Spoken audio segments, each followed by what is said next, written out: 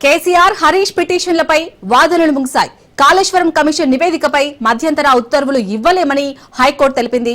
నివేదికపై ప్రభుత్వ నిర్ణయాన్ని కోర్టుకు అడ్వకేట్ జనరల్ అందజేశారు. అసెంబ్లీలో చర్చించాకే నివేదికపై ముందుకెళ్తామన్నారు. పీసీ ఘోష్ నివేదిక పబ్లిక్ డొమైన్ లో పెట్టి ఉంటే వెంటనే తొలగించాలని హైకోర్టు ఆదేశించింది. 3 వారాల్లో కౌంటర్ దాఖలు చేయాలని ప్రభుత్వాన్ని హైకోర్టు ఆదేశించింది. ప్రభుత్వం కౌంటర్ పై జవాబివ్వడానికి పిటిషనర్లకు వారం గడువిచ్చింది. తదుపరి విచారణ 5 వారాలకు వాయిదా వేసింది.